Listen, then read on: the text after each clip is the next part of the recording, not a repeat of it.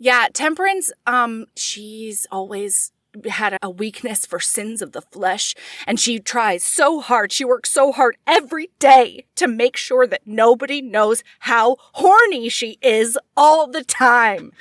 And she does the work of the foundling children in order to atone for her clitoris. She's punishing herself for her horns. Yes. I'm Melody Carlisle. And I'm Sabrina Bradley. And this is Heaving Bosoms.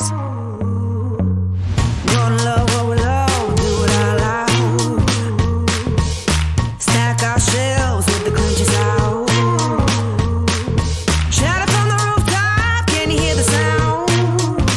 Yeah. Live your best life, love it out loud. Love it out loud. This is the podcast where best friends recap romance novels and other kissing media that makes us swoon, snark, and refills our cups.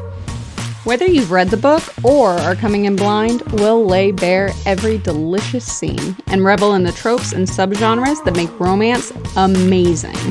All right, listener, strap in and strap on. Headphones are highly recommended.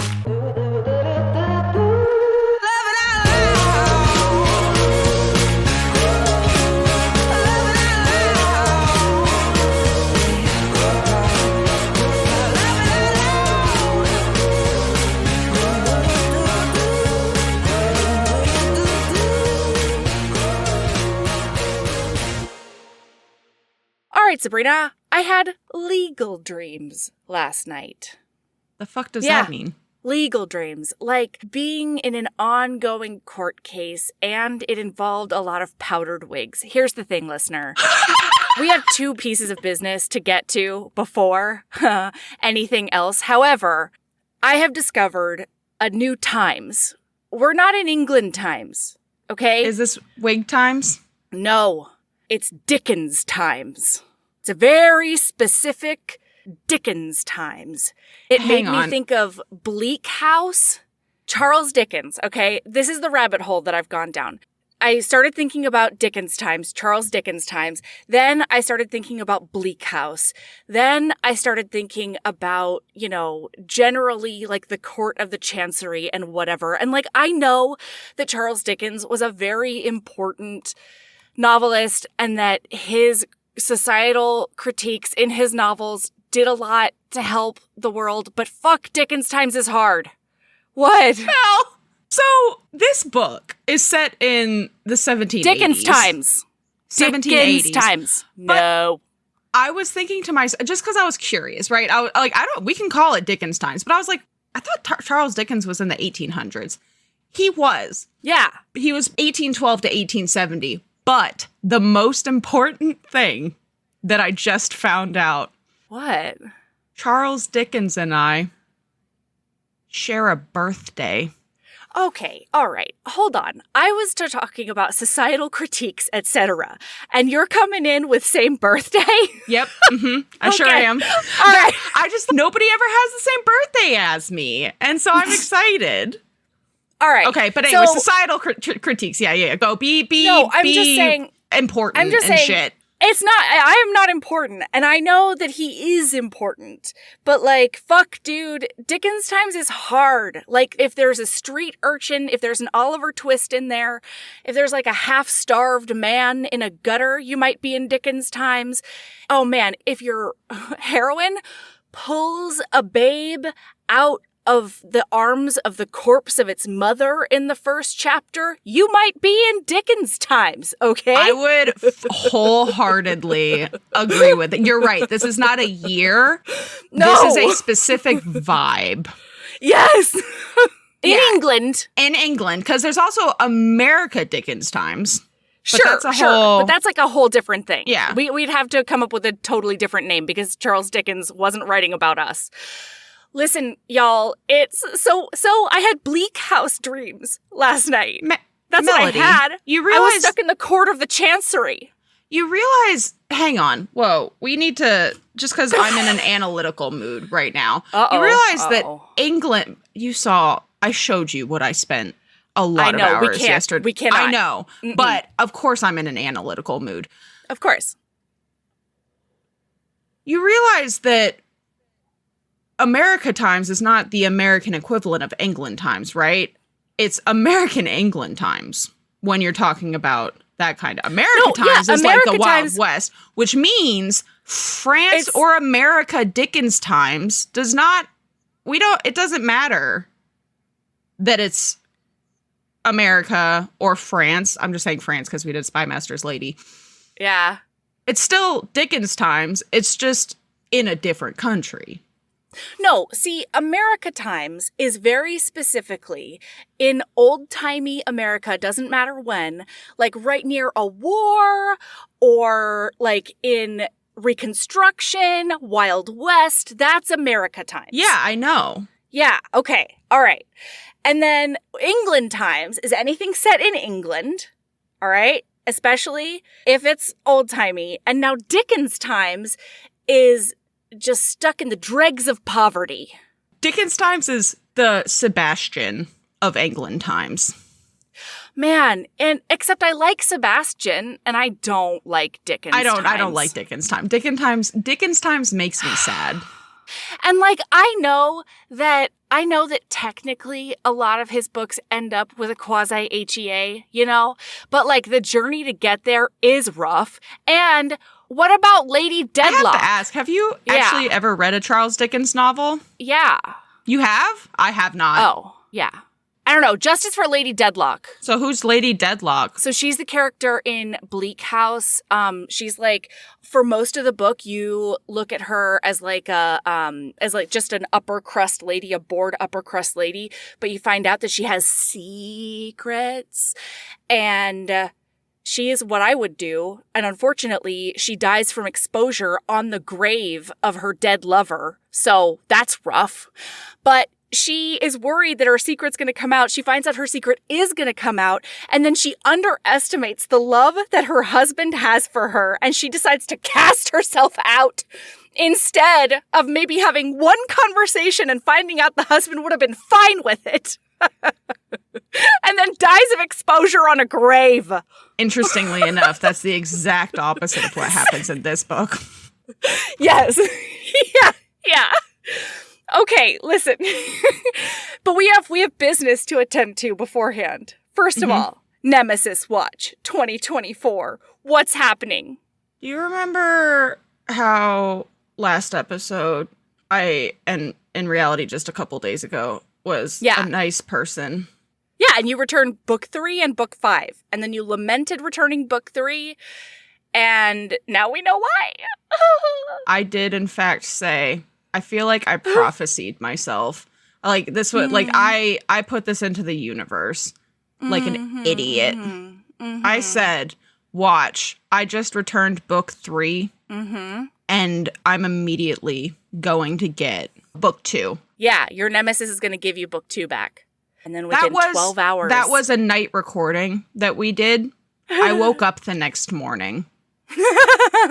And when I opened my phone and looked at my notifications, my Lord and Spy Master had come through. Yeah. Enraged Melody. So now, do you have to wait for a 21-day hold on the 3rd book? Is that what's happening? 14-day hold, yeah. Although, I'm toxic again, because guess what, listener? This is my villain origin story. I have given up on being a kind person, and I'm going to be as toxic as I want with these audiobooks. That's not true. This is going to last for approximately 2 weeks. Until you forget. We know. Until I forget, yeah. So what I did, in fact, do, it's so much worse, Melody. Actually, it's not. It's not. Because, so book 4 and 5, I renewed my hold immediately. I have them for like 12 more days now, right? I was like, yep, give them to me. I don't give a shit who's waiting on these books. I have them. What I did do is about 20% into Wicked Intentions, I did go check out every single book in Maiden Lane. Me too. Almost. Every single one was available. And I was like, mine. There's no I didn't have all of them, but I got all the ones I was interested in. Yeah.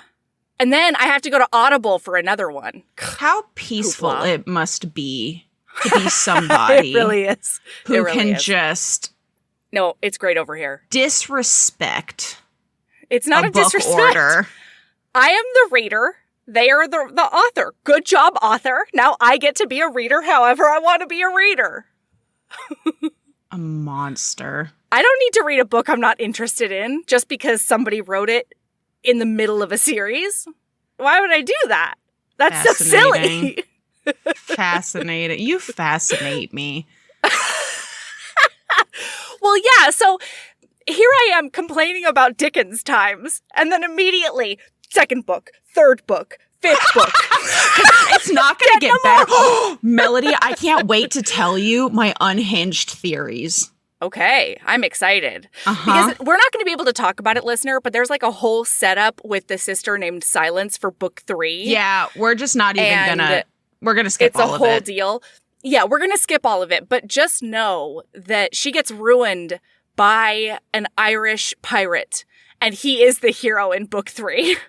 So you thought it was going to be a second chance marriage romance, didn't you? My suspicion, my note is literally when we meet Silence and she's talking about her husband, I was like, oh, this man's going to die. This is too angsty of a this is too angsty of a book already for him not to die or leave her, as we learn. Like, I wouldn't have been shocked if he left her as we read this book, but I was like, there's no fucking... Silence is definitely getting a book, and there's no way it's William.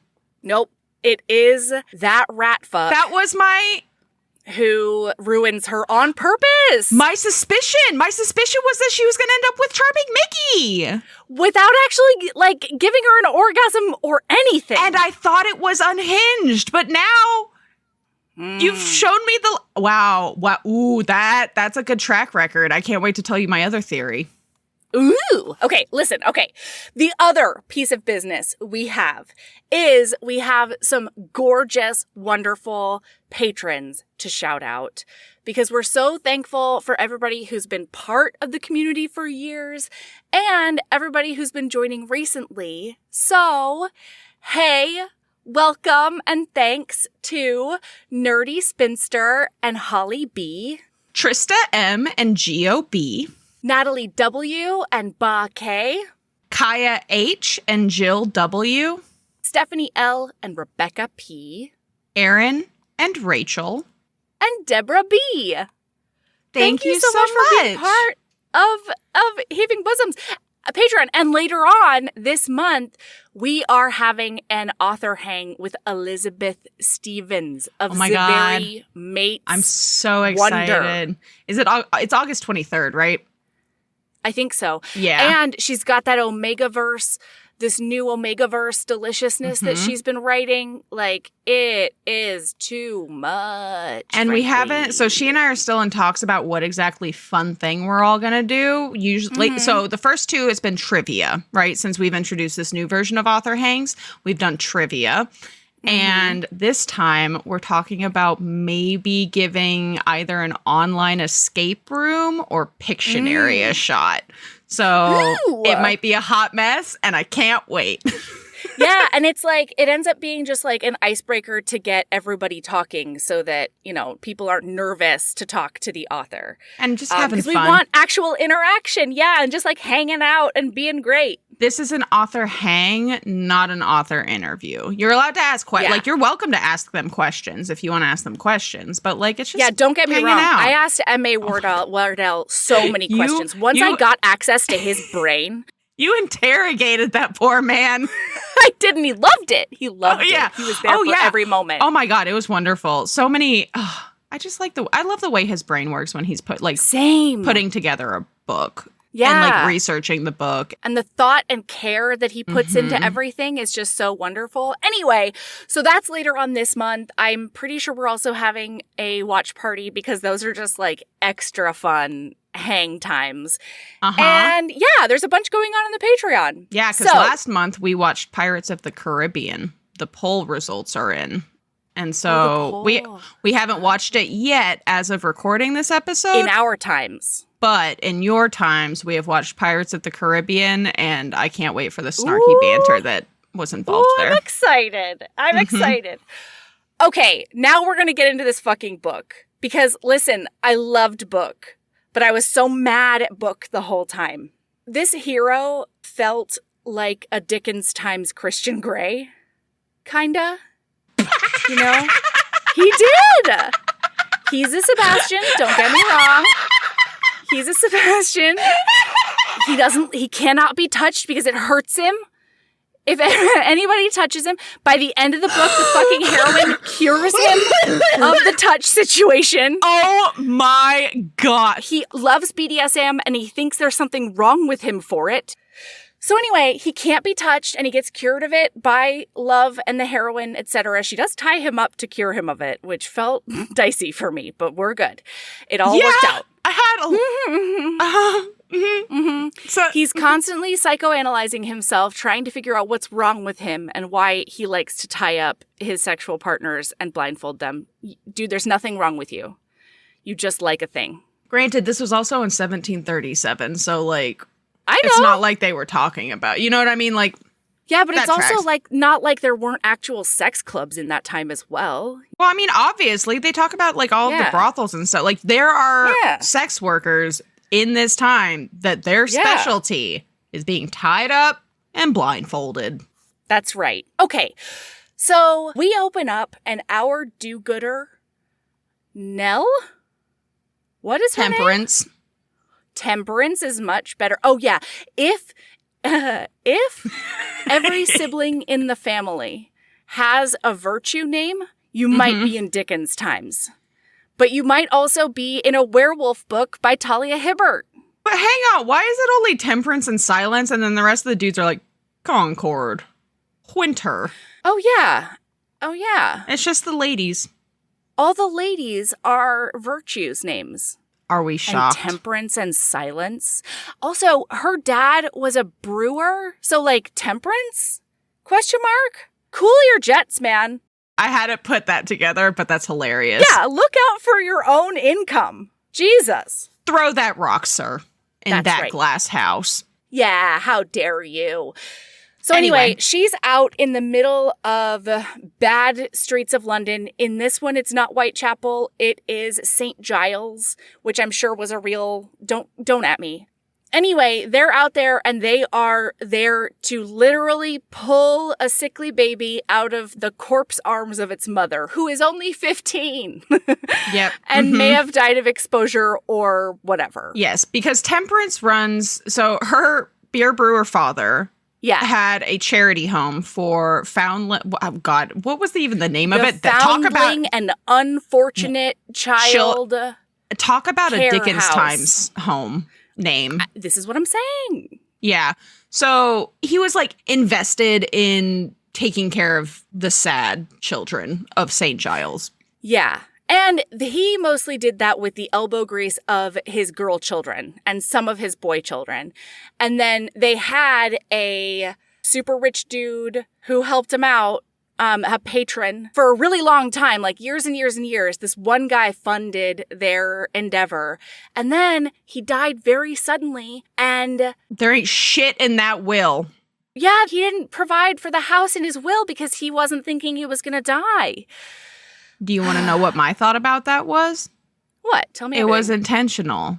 He was patroning because they talk about how it's fashionable in this time to support charity. But once you're dead, it doesn't help you. Interesting. So anyway, they need a new, not proprietor, patron. Mm-hmm. And they bring this baby back. And everybody's like, it's really dangerous out there right now. And she's like, yes, but babies freeze to death. So I couldn't not go. Mm-hmm. And they have this teeny baby and she's not super well. She's really weak. Mary Hope. God. Okay. Also. All the names. Jimmy Timbox or whatever. His name. It's Johnny Joseph. Everybody is a Joseph. Every oh boy my God. Mary is and a Joseph. And every girl is a Mary. Oh my God. I did not put that together. Like Mary Morning, Mary Evening, Mary Broadstroke. Joseph Tin Box, because when they got him in the home, he had a tin box attached to his wrist. Yeah. So the only identifying factor that each kid gets is a significant thing for when they were found or brought to them. You know what it is? What is it? They're playing that social media thing where it's like, your urchin in Dickens Times name is Joseph. When you woke up. Is when you look to your left, the first thing that you notice. That's what it is. You're right. The origin. Yeah. This is the origin story of that. So they need money, and it's bad. Like, they're behind in rent and all of that. And when she was out, she saw, like, a scary man hunched over a prone man. Who was bleeding? Yeah, he was bleeding. And her servant girl, her maid, is Nell. like, her name is Nell. Mm-hmm. There we go. That's where I got it from. She's like, oh, don't look upon that man. He is a bad man. Oh, he's a bad one. And she's like, okay, man, but he is an aristocrat. Mm-hmm. So then she's about to go have her tea, her one fucking cup of tea that she gets to have by herself in the quiet with maybe a little bit of sugar. And she feels so guilty about that sugar. She still does it. So, like, a woman after my own heart. Yeah. But she walks into her tiny study, and this man is sitting in her chair. He has broken into the house because the back door was barred. God damn it. He tries to be like, I feel like it wasn't. And she's like, don't play with me. Anyway, he has a proposition for her because he knows that they're in arrears in the rent and all the business. Ironically, his name is Lord Care. Yeah, how was that spelled? Was it Kerr? No, it was Caire. Oh, okay, yeah. Anyway, he is a bad boy. He's got a reputation. He's got that silver hair even though he's young. Yeah, that's hot. He's got blue eyes. Mm-hmm. He's tall and broad. And she walks into that sitting room which, oh my God, the image I had of the sitting room was the most depressing thing in the entire world. It's all depressing. No, any adaptation of this book has to be filmed with a gray filter on it for the soot and misery that just is everywhere. Absolutely. In this Dickens Times setting. Except at the couple of aristocratic things, that's where it would be like gilded. Yeah, gross. As just such an extreme difference between punch everyone in their fucking faces. Oh yeah, absolutely. So he has this proposition for her. He needs a guide for St. Giles, basically, because it's like any small insulated part of a city and everybody knows each other and they don't want to talk to outsiders. And so he needs a guide to help him basically get in with the locals and know where to go to get some information. To find someone. He won't tell her what he's looking for. Oh, that's right. So the agreement is that she will help guide him. And this made me laugh so hard. Fucking Temperance. This would have been a much shorter book in this situation, but she is basically like, I will do that. In exchange, you need to help me find a patron. You need to take me into society so I can find a new patron for the home. Also, I need living expenses for the home for now until we find a patron. And he looks at her and he's like, I could just be your patron. And she was like, no, I need somebody a little bit more respectable. And I was like, Temperance, money isn't fucking money. You're worried about 3 grains of sugar right now, Temperance. It is Dickens Times. Yeah, you haven't had beef in 3 weeks for any of the kids. You barely have gruel for those kids. They don't have shoes, Temperance. Okay? It's fucking cold out there. We find out that they do have shoes, but they owe a debt to the fucking shoe man. Cobbler. Yeah, whatever, man. Cobbler. That's the word. Temperance is a nutter butter right now. Shit. Well, and this was really interesting looking back at it, and I hadn't put it because I only read the book once. And it's interesting, her character at the very end of this book, when she starts realizing certain things about herself and acknowledging them, right now, oh my God, that is exactly it. Like, I hadn't really put together that she has a lot, like, an unhealthy amount of guilt, pride. And puritanical pride, yeah. And, like, that's it. She is willing to go without for 7 and 20 children. Oh my God, temperance. Because literally, okay, listener, this foundling home, they have like 27 kids at this foundling home. 28 now that this baby that they just saved. Yeah. All of the boys sleep in one bedroom that has like 4 beds in it, and all of them share these beds. There's like 3 or 4 to a bed. And then all of the girls share a room in the exact same way. Temperance. You have so many mouths to feed, except the fucking patronage. And like she claims later on to Lady Hero, who is the second book, don't worry, that they could care for so many more children if they had more monies. And like, there's no shortage of Oliver Twists out there, Temperance, okay? Don't worry. With more money, you could fucking buy the babies that the asshole that we're gonna meet very quickly is selling into sex slavery. Shit. Yeah, that trafficker is an absolute monster, and I hope she really gets hers in the end.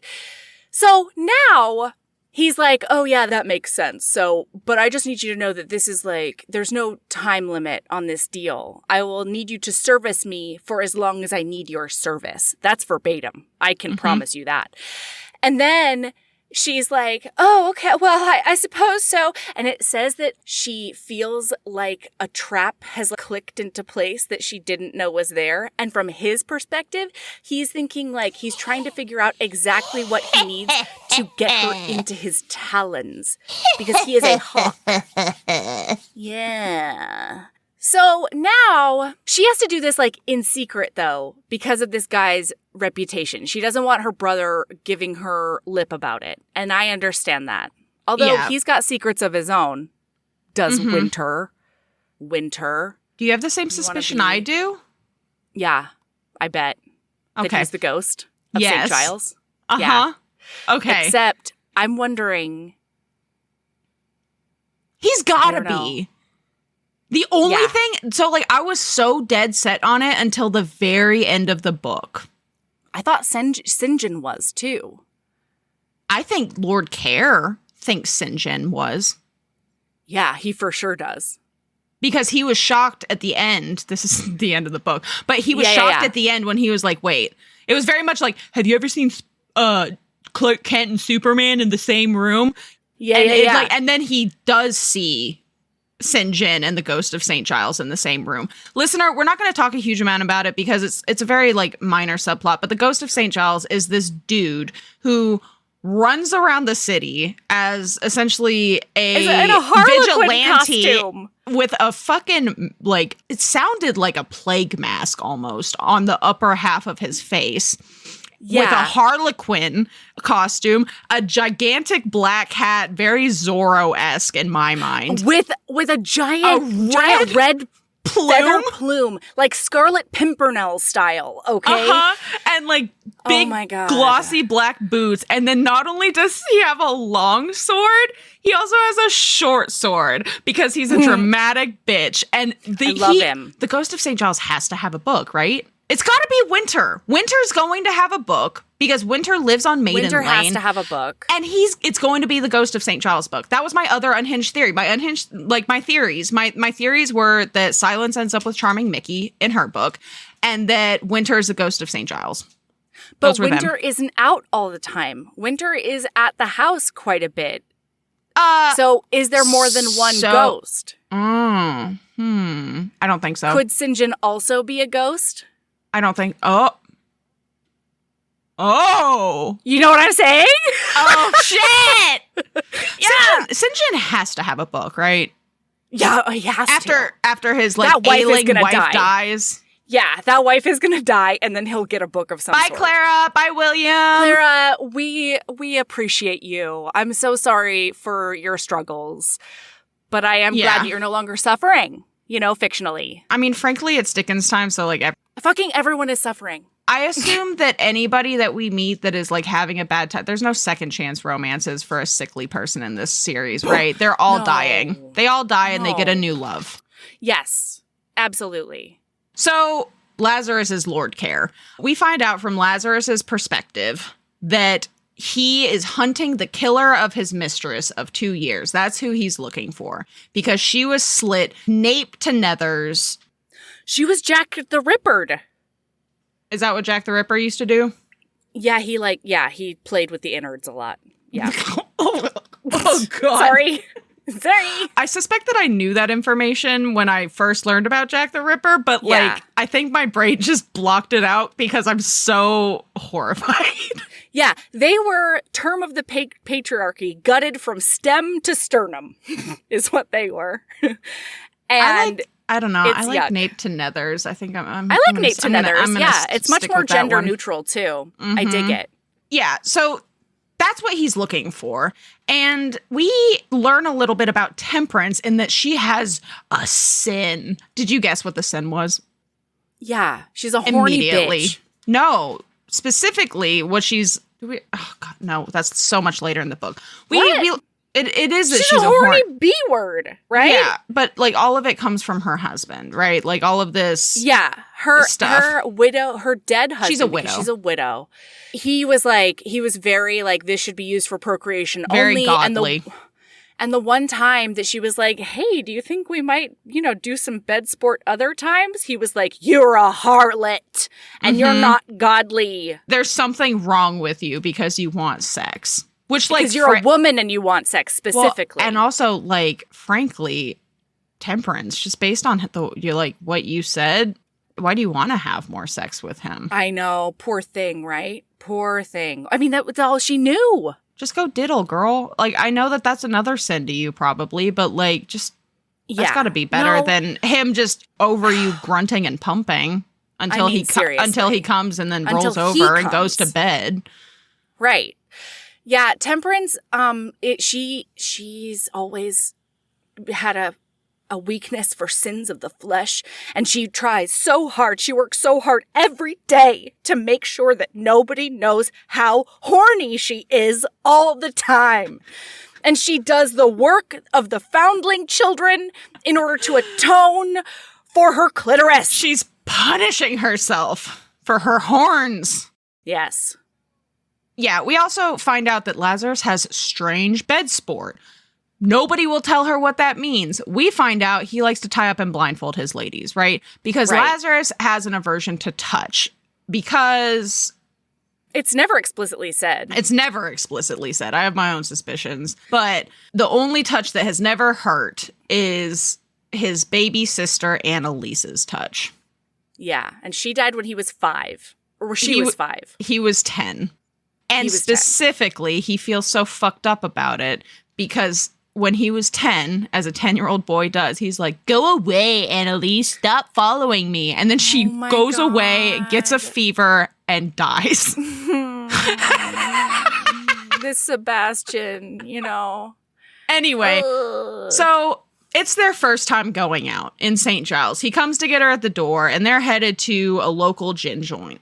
And they walk straight up to the owner, and she's like, we are here to ask some questions. And he's like, oh, yes, what is it that you're asking? And Lazarus looks this man straight in the face, and he's like, I'm looking for the man that murdered Marie Hume. Mm-hmm. And the gin joint guy is like, get the fuck out. This is and Temperance is like, what the fuck? If you had told me, I wouldn't have taken you there. That's a respectable place. He's not going to know shit about a murder. Yeah, like, at the very least, you could have told me you were looking for a murderer, you know? Yeah, so then they go to a not respectable place, Mother Heartsease gin joint, and boy, she's... the worst. Yeah, she's the one who sells children. And she continues to be the worst. They do get some information from her, though. The last person to see Marie was some other sex worker. So they're like, okay, we'll go find her. And then as they're leaving, he's like, what's up with you and Mrs. Heartsease over there? Like, you seem pretty mad. And she's like, yeah, I just fucking hate that bitch. And he's like, what? Like, why though? And she tells him that Mother Heartsease sells kids, and she offered one of them to the foundling house years and years ago, a baby. And everybody in the family was like, we can't afford it on the face of it. But also, if we buy a kid from her now, She's only going to keep selling. Like, she knows you're a mark now. Yeah. But she goes and she sells her jewelry and she buys this baby who ends up being Mary Whistle Love. What's her name? Whitson. Yes. Mary Whitson. And she's like 9 years old and Temperance loves her, but won't let herself she won't let herself show her attachment. She is she is attached. The whole book, she's like, well, we're going to apprentice you out. We're going to apprentice you out. And Mary, like the whole book, they're talking about how they need more help at this home. I know. They're like, we're going to apprentice you out, Mary. We're going to apprentice you out, Mary. And Mary's just like, let me stay, please. Yeah, I want to stay and help. And because that's the deal. The kids get to stay there until they're 9. And then they find them apprentice positions after that at 9. I mean, it's Dickens Times. Dickens Times is the worst. Yeah. So then, importantly, she's crying a little bit about all of this. Ooh, and he gets an emotion boner. And he stops her crying with their first kiss. And it makes her wretched, sinful, wrong part of her soul break free. Oh. Yeah. The barn doors are open, listener, okay? Yeah. And then she finds out that Marie was his mistress of like a couple of years. And then he leaves. Yeah. And his whole deal is that he thinks he's a sociopath. He's like, I've been shut down for so long, I don't know what it is like to feel. And so seeing her have this outburst of emotion, especially triggered by like, I don't know, another human, I just wanted to like capture it and put it in a cage. Also, throughout this whole thing, and I think it's going to go for the rest of the time because Elizabeth Hoyt, I'm pretty sure, did the same thing in The Raven Prince, but there's like this fable that starts almost every chapter, and it's about the King Lockhart and learning what love is. A maidservant teaching him what love is while he tortures her. If you love it, set it free. The entire story boils down to if you love it, let it go, and if it loves you, it'll come back. Basically, yeah. So now, can we please skip to when they go to the musicale? Wait, I have one question. Yeah, tell me everything. One very important question. This doesn't matter, but I just have to know. My note is literally, wait a god dang minute. Is this man being hand ferried to see his mother in a chair held aloft by men? Yes, and they're jogging. They have carriage, and the rest of the book he rides in a carriage he has a carriage. Why are you like this? You have legs that just, god damn it. Okay, oh my God, yeah. Yes. He gets ferried around in a sedan chair, I think it's called. Yes, that's what it's called. Yeah. Anyway, also, he has big giant mommy issues because he got, like, abandoned to a wet nurse in the country when he was a baby. And then his dad was, like, aloof and, abusive and mean and gross. And the mom was a society lady. Yeah, and, like, put in her place kind of situation. And so he's just like, you've never been my fucking mom. What do you want from me? Because she keeps on, like, trying to be his mom. Like, right now, she's like, when do you think you're going to get married? And he's like, and that's none of your fucking business. You're not my mom. And then he leaves, essentially. Mm-hmm. So the next thing that happens is they do end up going to see the last person who saw Marie Hume alive. They find out that she was, in fact, slit nape to nethers the exact same way, and she's dead. And then they get attacked. Oh, yeah! 3 ruffians attack them, and Lazarus is like, run! And he's like, cutty cut, slashy slash. Yeah, and Temperance is like, no, I'm gonna pull up my skirt and try to get this very unreliable gun out. My God, yeah, she does. And then she shoots it into the air. This is very Anique coded.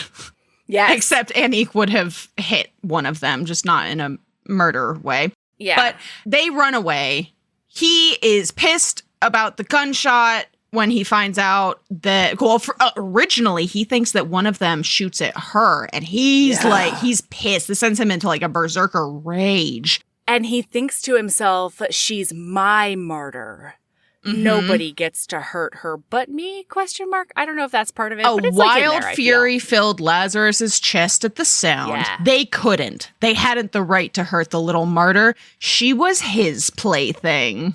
That's the one. Mm-hmm. Yeah. And then he finds that out, that she shot into the air. She's the one who shot, and he's like pissed. He's like, next time shoot. I don't give a shit if it hits me. That was a useless shot, which it really was a useless shot, because guess what? It takes you approximately 15 minutes and some change to reload that fucking pistol. Yeah. Do you even have stuff to reload it?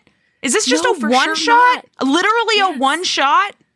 Temperance? Anyway. Absolutely. So she doesn't let him leave when they get back to her house, because it turns out he has a cut. He was wounded. Yes.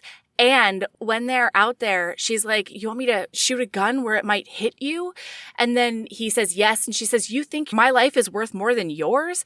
And he says, what makes you think my life is worth anything? Because he's a Sebastian. What a Sebastian. So they get back to the house and she doctors him up. And this is such a side note. It just made me laugh so hard because I saw it so vividly in my brain. They're in the kitchen, right? There's like 7 and 20 children in the kitchen and Winter. And the boy held the cat by its upper body, its lower limbs stretched and hanging. It looked dead, except for the fact that it was purring. His name is Soot. How fascinating, Lazarus replied. He hated cats. And it just brought me a lot. Like, I could see it so vividly in my mind. This little child holding this slinky worm of a cat, and the cat's just like.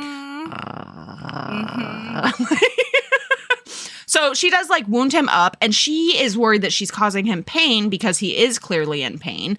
But it's not just the knife pain while she's stitching him up. It's his Sebastian pain, his aversion to touch. But she doesn't know about that yet.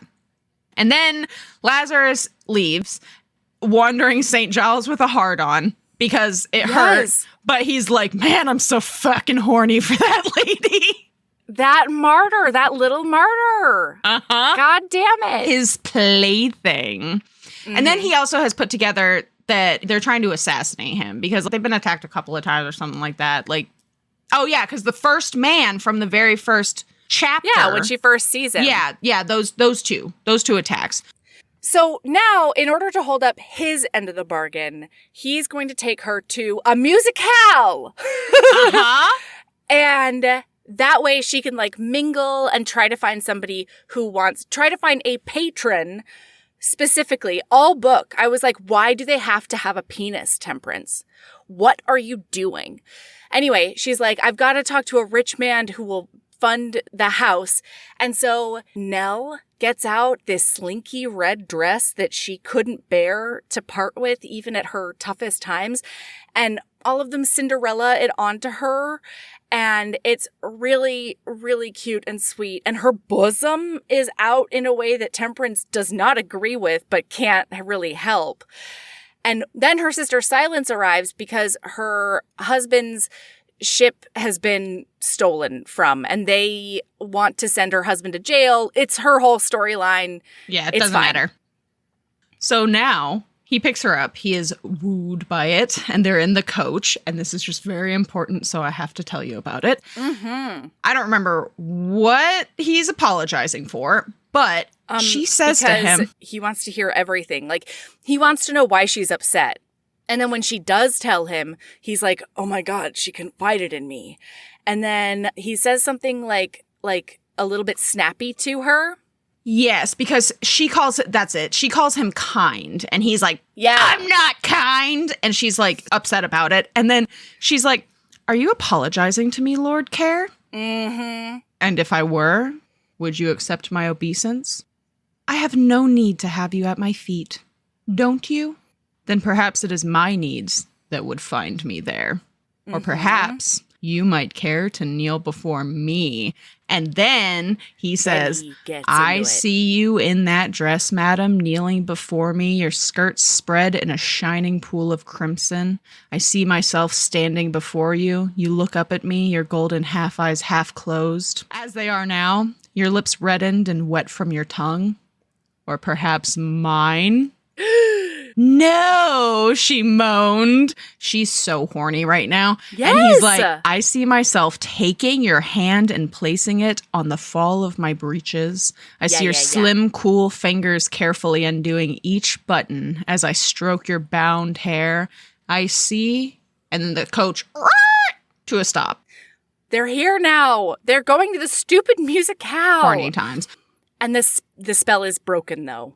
All of these scenes where, like, he's describing what he wants to do to her, I'm like, sir, say more. They're wonderful. Yeah. And then she feels so guilty. And she's trying to figure out what's wrong with her because she's into it. Yeah. Poor Temperance. So they go in. She meets a couple of dudes that might be interested in the thing. She also meets Lady Hero and doesn't realize who she is when Lady Hero comes in to, like, help her with her hem.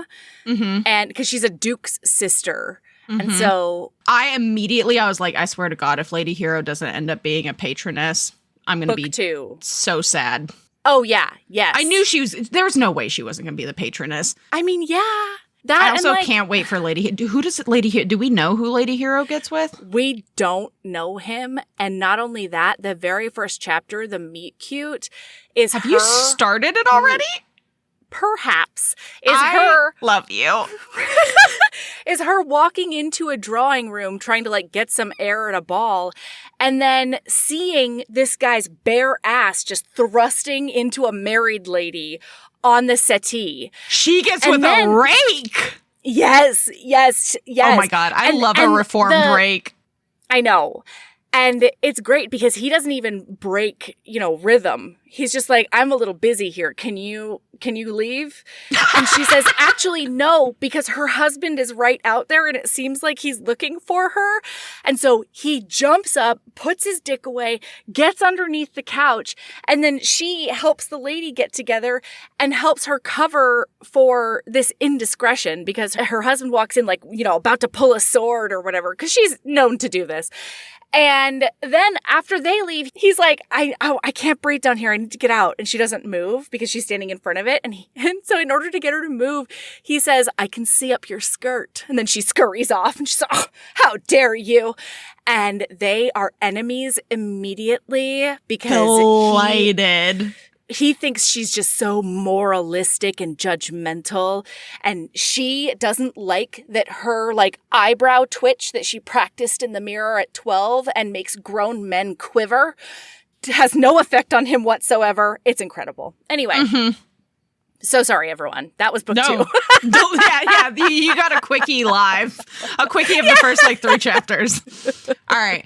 So Lazarus in the musicale does introduce her to 3 men, and his friend St. John is very suspicious of him. He's like, what are you doing with a respectable woman like that? And you will not corrupt a woman like her. And we find out that she reminds him of his sickly wife, Clara. Yes. And he feels very protective of her. And then they go to sit for the musicale, and she finds out specifically that Lazarus's hobby is translating poetry from Greek and Latin. And she's like, so you're a poet? And he's like, no, I'm not. I translate other poetry. And she's like, yeah, but you need to be just as good at rhyming and turning it into a poem in English. Yeah. And oh boy. And then she keeps like, talking. Oh my God, I feel so seen. Oh, and he's like, nobody's ever described it so well. Anyway, and then this was just super cute because they start talking because she's like, I don't know anything about you. And so she's asking him questions. And there was this thing where she's like, oh man, I don't remember the last time I had a marzipan sweet treat. And in his head, he's like, I want to buy her a whole box and then watch her eat them and lick her lips. Because I'm a horny bastard. Yeah. So she finds out about his sister. She meets his mom, and the mom sex worker shames her because she thinks that she's a sex worker. And then when he doesn't want to talk about that anymore, he asks her about her past because she doesn't talk about her husband. And he prods. Yeah, he prods really hard. And she's like, well, we met because he came to work at the foundling home and he was like a really righteous man and a really kind man and la la la la la. God. And then because he gets jealous of a dead man, he snaps at her and he's like, oh yeah, do you have a shrine that you like kneel in front of and pray to him still? Oh my or like, God. what? Saint husband? Yeah. And she's like, how the fuck dare you? She tries to get up. And then he grabs her arm and he's like, don't make a scene. You want to get a patron here, right? Plus the music's about to start. And then the music happens and she is entranced by it. And he's like, this is not on page, but like, there's no way he wasn't just staring at her the entire time. Because the music ends. And she closes her eyes and she just lets it wash over her. And she doesn't realize that it's like gone on for so long. And then when it's over, he drags her into a private room and he's like basically aggressively interrogating her. And he's like, what did you feel? And she's like, what the fuck do you mean? And he's like, what did the music make you feel? And she's like, life. Like, I felt alive. What do you want of me? And he's like, I need to know how it made you feel because there are people who care about music and people who don't and people who feel things and people who don't. Now tell me what you feel. And she's like, what do you want of me? And he says, I want everything. And then he walks up to her and grabs her face and like makes out with her against the door. And she is into it. She has her hand up in his hair and all of these things. And then she realizes when she touches his shoulder that the wound is infected because he pulls away and is like, that hurts. And she's like, oh my God, it's infected. So she's like, we're fucking leaving. They get in the coach and they go to his house. And then she nurses him and she keeps the doctor with the bleeding tool away from him. Thank fuck. The drunk doctor. The drunk doctor who's like, the pus is good for the wound. We're going to do some bloodletting. And he's like, Temperance, I need to get this dude away from me because I can't do it right now. Protect and there's me. No fucking way I'm dying at the hand of this doctor. And he says that he trusts her to nurse him. And it makes a glowy sensation inside her. More importantly, because I just put this together, on the coach ride back while he's delirious. Because at the end of the book, I was like, where did this come from? On the coach ride back, he learns that she loves music. And when she was little, she had a spinet, which is basically a Dickens Times tiny piano, lap piano. And she sold it after her husband died. And he probes into it a little bit. And he learns that she does love music. And she did it. He starts to put together that she's doing all of these things to punish herself, essentially. And he's like, I need to get to the bottom of this. But the important thing is that at one time in her life, she had a little piano and she loved it. And now she had to sell it. And so she doesn't have it. And this will come back later. Just think about that, listener. Let that marinate. Yeah, and by the way, the entire time she's taking care of him, she's basically he's being a dick. And she's just like, well, you're being a dick. And he's like, I am a dick. And she's like, all right, fine. And elbows him in the fucking wound. And he's like, ah! It was delightful. Then, as he gets like more and more delirious, she starts taking advantage and getting more information out of him about his past and his feelings and all the business. This is when she finds out about Annalise. And he tells her all sorts of things. And then he passes out and she ends up falling asleep in a chair next to his bed because she wants to leave. But his valet, Smalls, is like, what if he needs you in the night? And she's like, okay, fine. So she stays. And when she wakes up, he's awake. He's looking at her and he asks her about her husband then. And she tells him this time. Because it's this is a common theme throughout the book a little bit where it's like things happen. Like things feel safe in the dark, essentially. To do things and say things that would usually not be said and done. Yeah. And in this case, she feels like she owes him some vulnerability because he was so vulnerable to her the night before. Yeah, oh my God. This is why I totally missed this. This is why I brought up the fact that she elbowed him in his wound. Oh, yeah. It's because you, gasped Lord Care, are a vindictive harpy, madam. Yes. no need to thank me. I'm merely doing my Christian duty. And it had me cackling. So they're digging into her husband, right? And she's like, he was a good man, a wonderful man, but I didn't deserve him. And he looks at her and he says, or actually, no, he closes his eyes and murmurs, I've never been married, but I think it would be quite awful to have to deserve one's spouse. And then my heart shattered into 18,000 pieces on what is almost assuredly his beautiful polished wood floor. For sure. And he asks her if she was in love with her husband. And she says that she loved him, but she was never in love with him. Which, that tracks.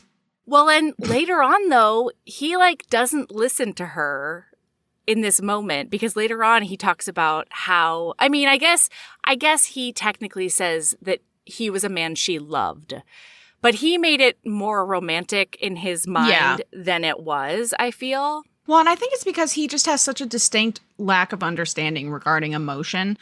I'm not going to lie. So this man definitely has CPTSD, obviously. Yes. But he also very much tracked as somewhere on the neurodivergent spectrum, right? To me anyway, he tracked that way a lot, because just his lack of understanding, it wasn't just the way he was raised, because he doesn't really understand any emotions, right?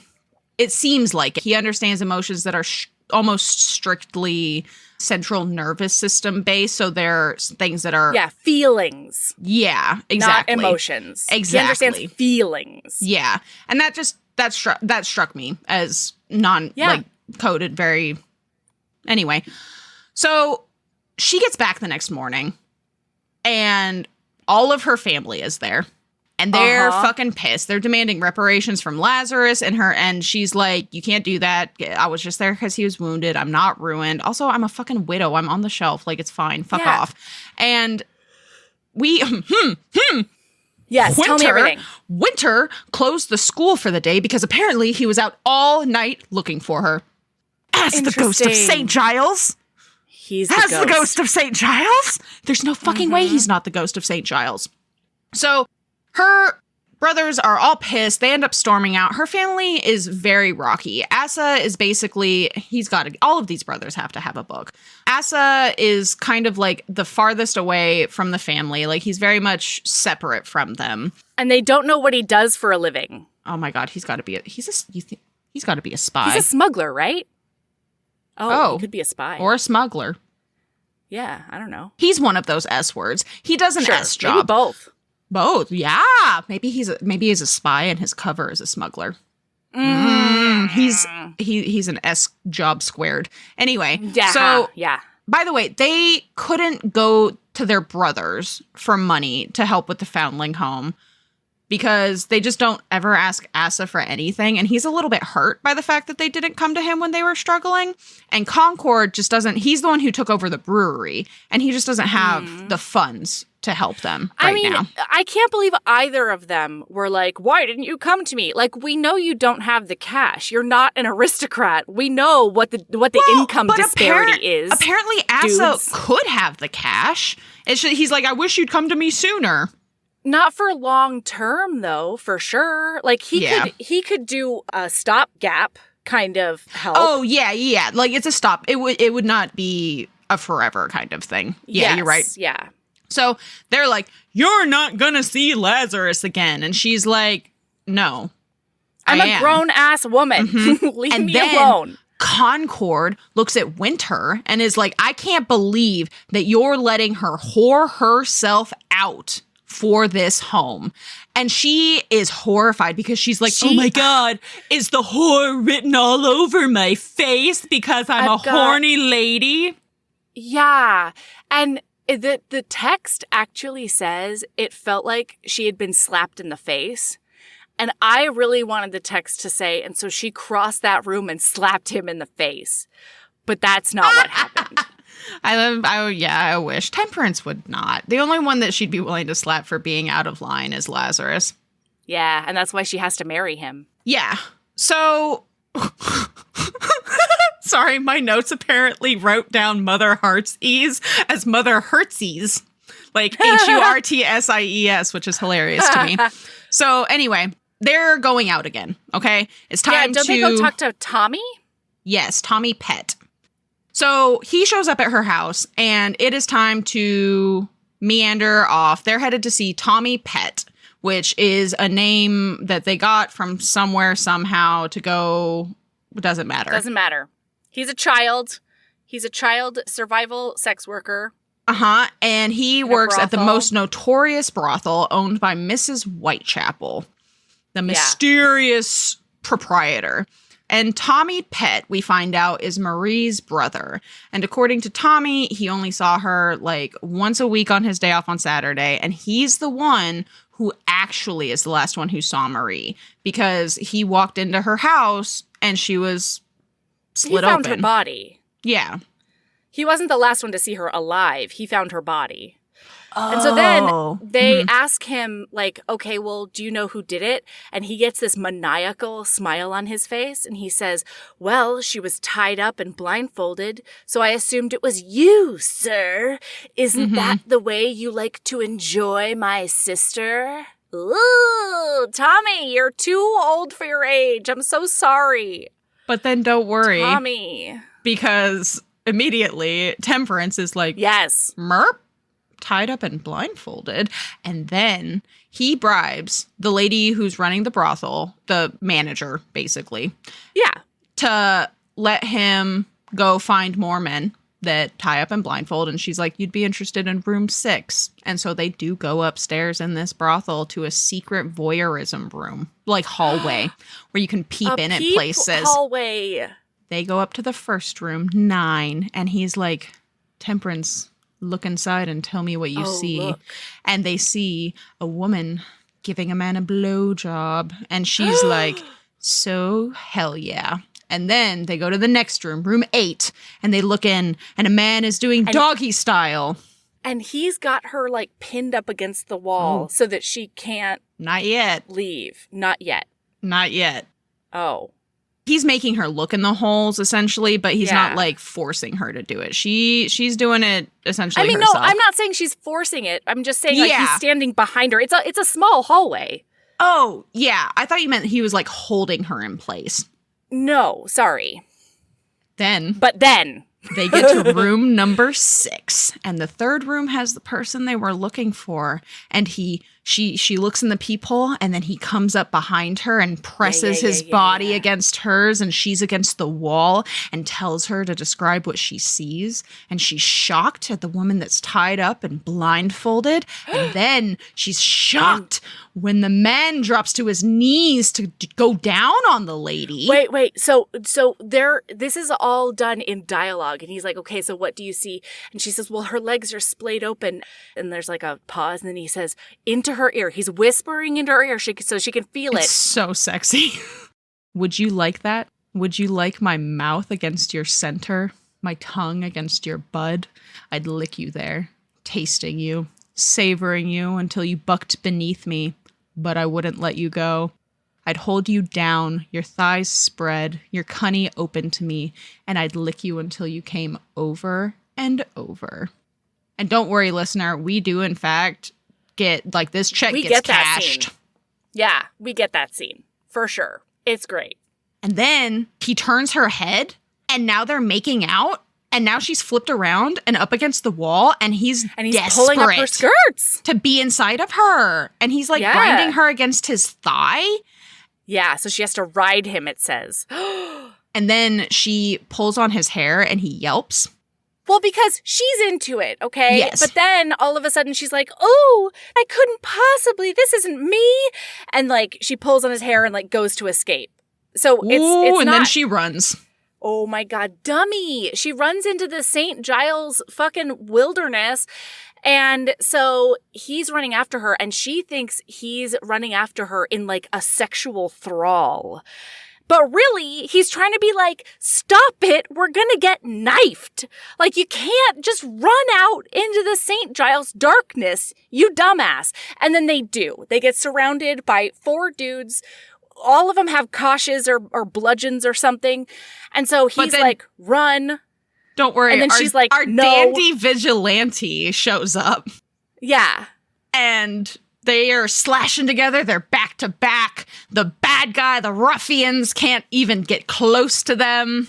And then as the guys leave, the ghost of St. Giles tips his hat to her and then bounds off into the slinky darkness. Anytime we ever see the ghost, he never speaks. Is it because we'd recognize your voice, Winter? Yeah, or St. St. John. So, of note, at the beginning of the fucking next chapter, there's no way he's not the ghost, because Temperance is telling Nell about the ghost of St. Giles, and she comments that his figure is much like Winter's. Mm-hmm. Anyway, so when they get back and Winter does find out, he's like, you can't see Lord Care anymore, and goes to bed. And Nell is like, I think Lazarus is into you. And she's like, ugh, they wouldn't. And then they end up in a conversation about sex, and apparently Nell is a little into unusual bed sport. Well, and she used to be a sex worker, and so she had a client who was into tying her up. And she was like, there are men who like to tie women up and like hurt them or whatever, but my guy just liked tying me up. He just liked it better if I didn't move around a lot. And then she looks at Temperance, because Temperance is like, oh, oh my gosh, he's not respectable, and this is just so bad. And Nell gets a little bit vulnerable for a minute, and she's like, but is it though? Like, bed sport in general, if it brings a tiny bit of joy for a little while, is it really that bad? And Temperance has a lot to think about now, especially now that she knows that her closest confidant wouldn't judge her if she were to hop in those sheets. Yeah. So we're going to zippy zap. They're going to a ball. Lazarus has sent her a beautiful gown and shoes and stays and like literally everything that she needs to look like the belle of the ball. Okay. And she is finishing up, and Lazarus, when they get to the ball, is regretting putting her in all this finery because she's getting all sorts of male attention. He's like, I'm such a dumbass. And then they have this little conversation about like, money can't buy happiness. And she's like, I'll give you back this gown after the end of the night. And he's like, if you do, I'm going to burn it.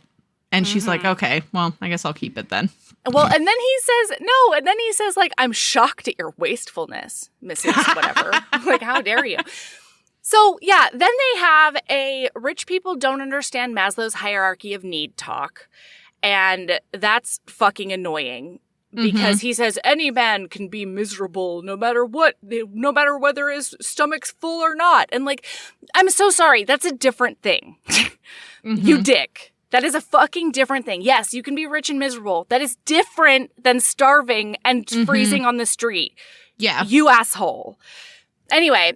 So he sees the patron, like, that she had, like, sort of hooked before. And so he inserts her into that conversation because he gets a shiver up his back and he knows that his mother is approaching. Really quickly, very important. Yeah. She asks him why he made her watch at the brothel. And he says, because you draw me. Because you are kind, but not soft. Because when you touch me, the pain is bittersweet. Because you cradle a desperate secret to your bosom like a viper in your arms and don't let go of it, even as it gnaws upon your very flesh. I want to pry that viper from your arms, to suckle upon your torn and bloody flesh, to take your pain within myself and make it mine. Yeah. Yeah, he's Yowza. He's down. He's done for. Done for. So Sir Henry is the one that she ends up chatting with.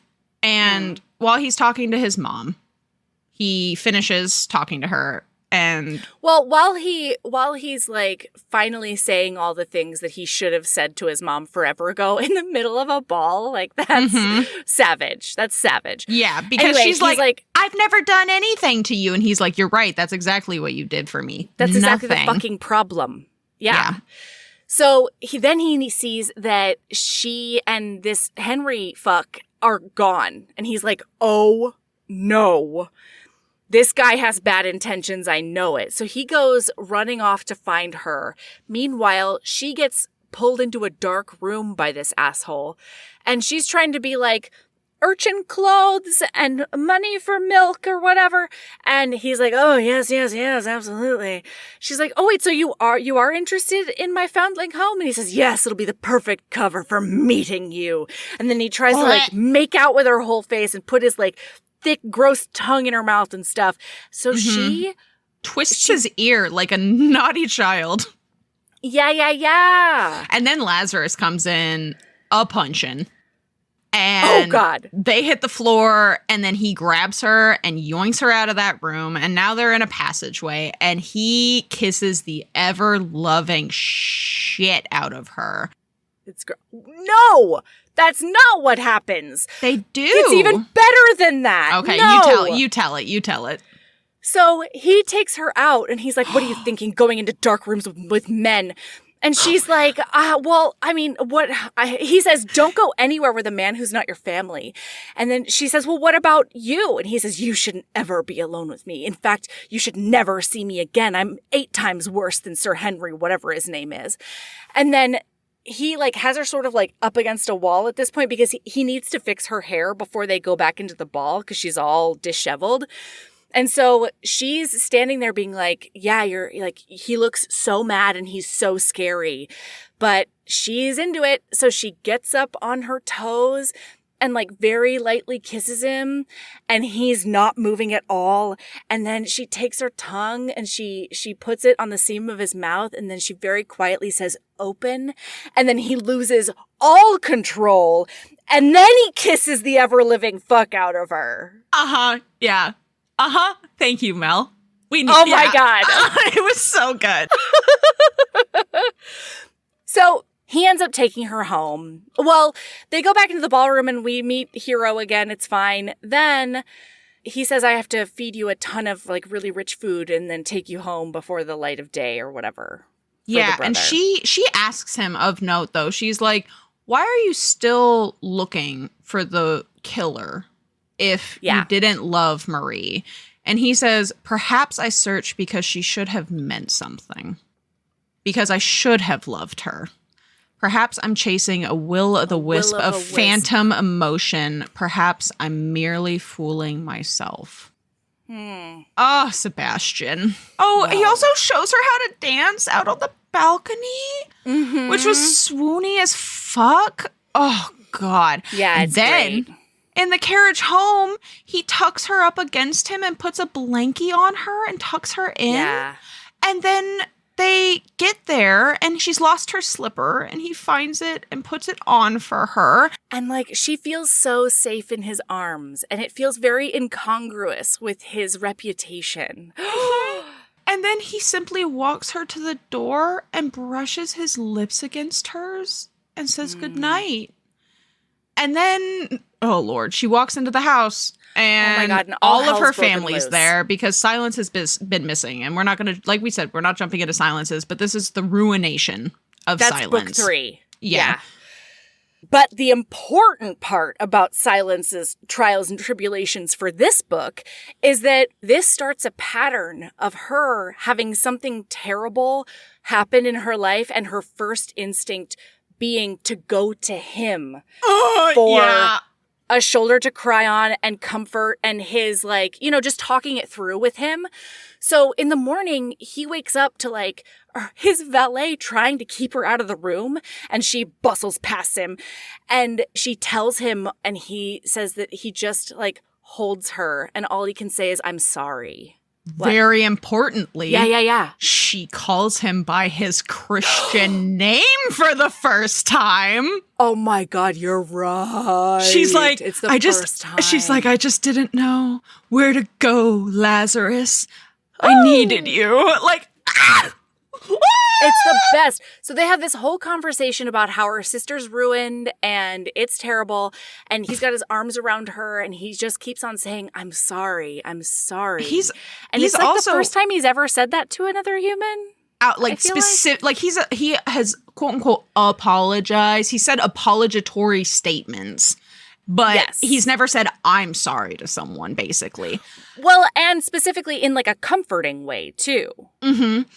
And the entire time that she's telling him this story, because William, Silence's fuck of a husband, did not go after her. And the entire time she's telling this story, Lazarus in his head is like, what a fucking idiot. If I knew that Temperance was in a situation like that, there is nothing that could have stopped me from going in there hell or high water to save her. She says, I'm so tired because I haven't slept at all. And he said, well, why don't you lay down with me and we'll just rest for a while. So she ends up falling asleep in his arms. Well, and he's like taking the pin out of her hair and like, my God, it's so swoony. like brushing his hands through her hair. And then they both fall. She falls asleep and he just lays there thinking about how wonderful it is to have her in his arms. And then he falls asleep. And then she wakes up. And she doesn't want to open her eyes because she feels so warm and comforted next to the large, hot body next to her. Mm-hmm. And then he wakes up and he kisses her. And Sleepy kisses her. He does a sleepy one on her. Uh-huh. Also, he is wearing a murder robe. And that was very an Elizabeth very Hoyt important TM murder robe. Yep. It's the best. A banyan. A silk banyan. And so she's like, take this off. And he's like, I can't. And she's like, oh, yeah, that's right. And well, will it hurt you for you to touch me? And he's like, oh, I can tell you it'll be the opposite of hurting or something. And it is on TM. Well, no, yeah. And then he says, I've bedded a lot of women before, but I think you're going to be the expert here because I've never made love to someone. And people tell me it's like extraordinary, but, you know, forgive me if I'm fumbling a bit to try to figure this out. Uh-huh. And she keeps on being like, get inside me. Because he has his penis like just on the outside right by her clit. Grinding on her folds and her clit. And then he's like sucking on her nipples the whole time and like pinching them. And like her whole body is an instrument of pleasure right now.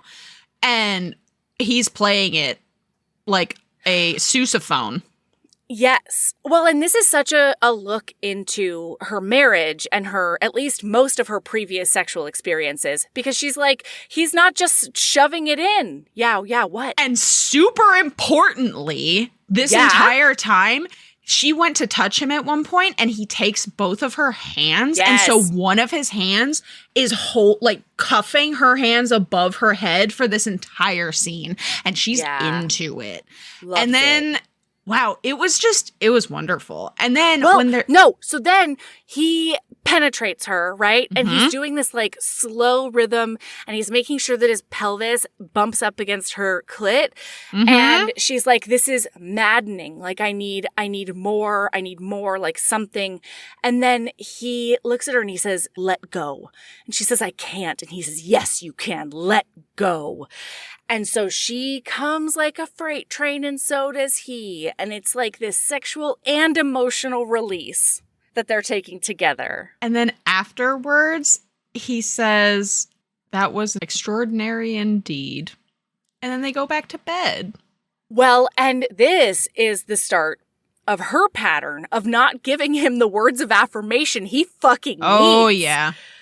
Because she says like, oh, it's my turn to be like, yeah, that was great, but I'm just so sleepy. And she goes to sleep. Later on, listener, just in case we forget it, they have sex another time. And she's like, I really need to tell him like what he means to me, what this means to me. I fucking made a note about that because I was so mad at her. I was so mad because she literally thinks I either need to say it now or lose everything. And she decides just to go to sleep. It can wait for tomorrow.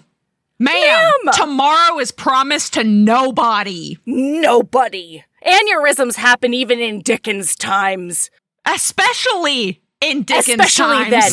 Great point, Sabrina. Great point. It's a shock that this man doesn't come down immediately with frickin' what's the coffee thing? An apoplexy of some sort? Tuberculosis and then die.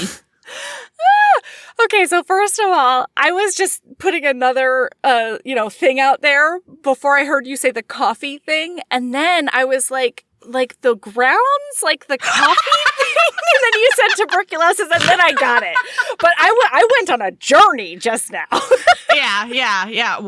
Anyway, they wake up the next morning, and he wakes up first, and he's marveling at how he's never slept and woken up next to a woman before, and he loves waking up next to her because she is disheveled. She's not perfect. She's real. And he's like, I think I want a real woman. And like, he hasn't acknowledged that he's in love with her, but like, he's in love with her, right? Yeah, he's gone. And she wakes up and immediately is in a tizzy, looking for her clothing. And she's like, I need to get home. I don't want my brother to think that we're lovers. And in his head, he's like, we are lovers. God. Okay, so he thinks that, but then some sort of survival instinct told him not to say that out loud. Mm-hmm, because he wouldn't be able to bear it if she had gone more down that road. Mm-hmm.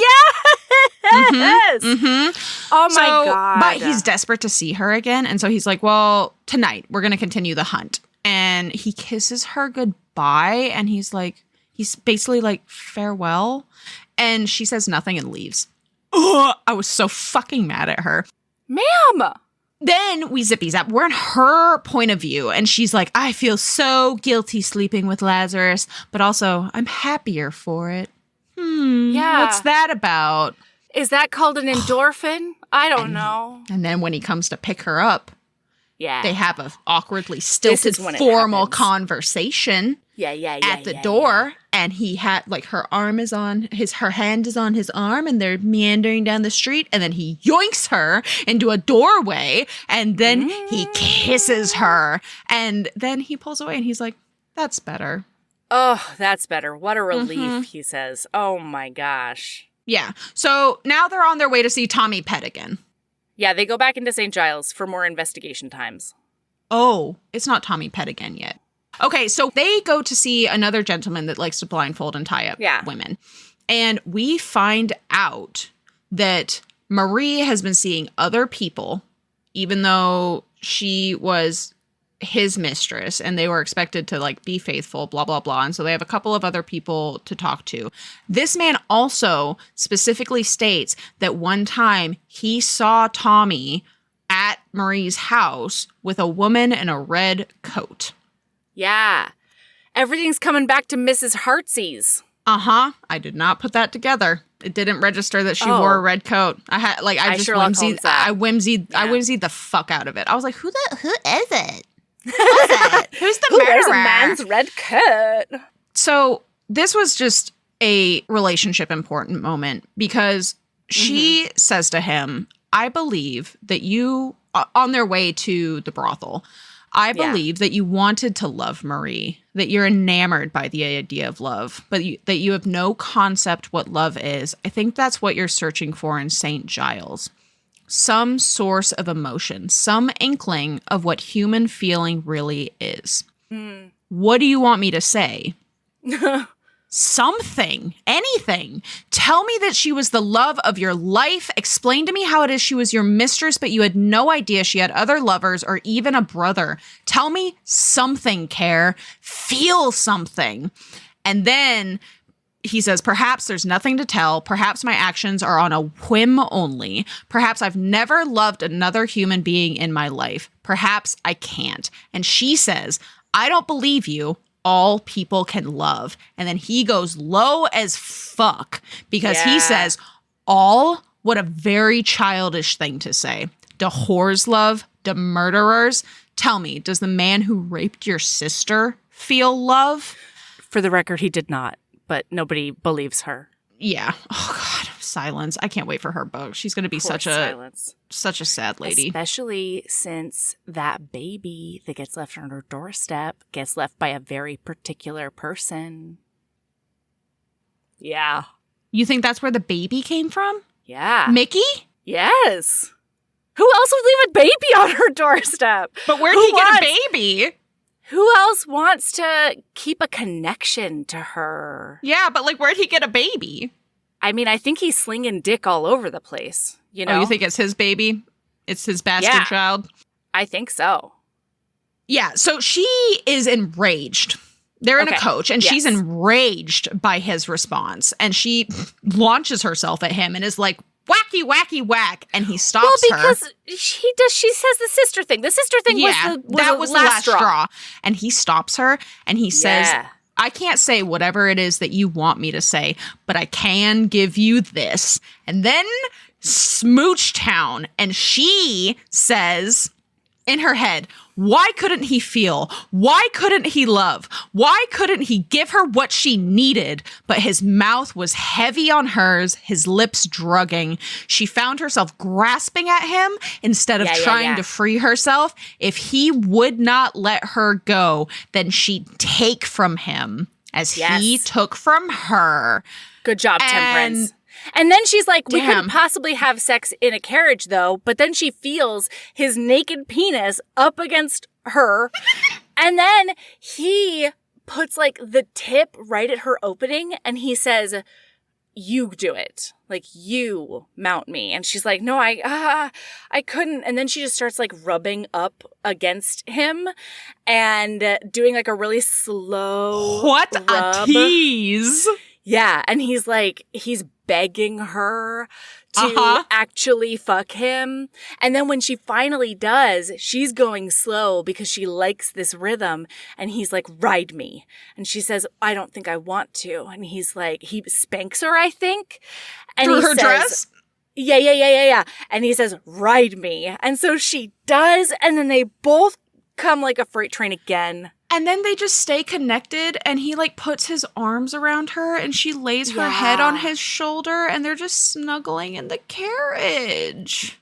And then she does get off and return to matronly Temperance, and it's like it never happened, and he's so disappointed. And when they get there, he walks her to her door, and she tries to go inside without saying goodbye, but he grabs her and pulls her back and kisses the hell out of her. Right. And when she pulls away, she says, I can't, and leaves. But like, joke's on you, Temperance, because he might not have been able to give it to his mistress, but like, he is feeling. You're not a mistress. This is what feelings look like. He's already done so much with you, Temperance, that he has never done with anybody else. Man. Yeah, I know. So anyway, now should we skip to the climactic end-ish? Okay, no. So then that baby is sick again, and she's really worried about that baby. And so she ends up going back to his house that night and for more comforts. And he's like, yes, anything you need. But she doesn't want to talk about it. And he says, what do you need? And she kisses him. And he takes her up to his bedroom. And then she says, no, I want to do it your way. I want to try it your way. And he checks in with her no less than 82 times. As he's like tying her up and doing all the business, he goes down on her like a champion while she's tied up and blindfolded. And again, still checking in with her. So he's like, tell me what's going on. What's going on with you? And she's like, I have no idea what you're talking about. And then finally, she tells him about that baby. And since she's tied up still, because she's like, untie me. And he's like, no, not till you tell me what's going on. That's what's going to happen here. So she tells him about the baby, and then their conversation gets to him telling her that he thinks she's punishing herself. And then he asks her, like, I think, like, what her hangups are or whatever with sex. And she finally tells him that the day her husband died, because he died of, like, a barrel accident or something Dickensonian, and right at that moment, she was in bed with another dude for the first time. What? I'm so sorry. It just registered that you said Dickensonian. I love you so Dickensian. much. Dickensian. It's Dickensian.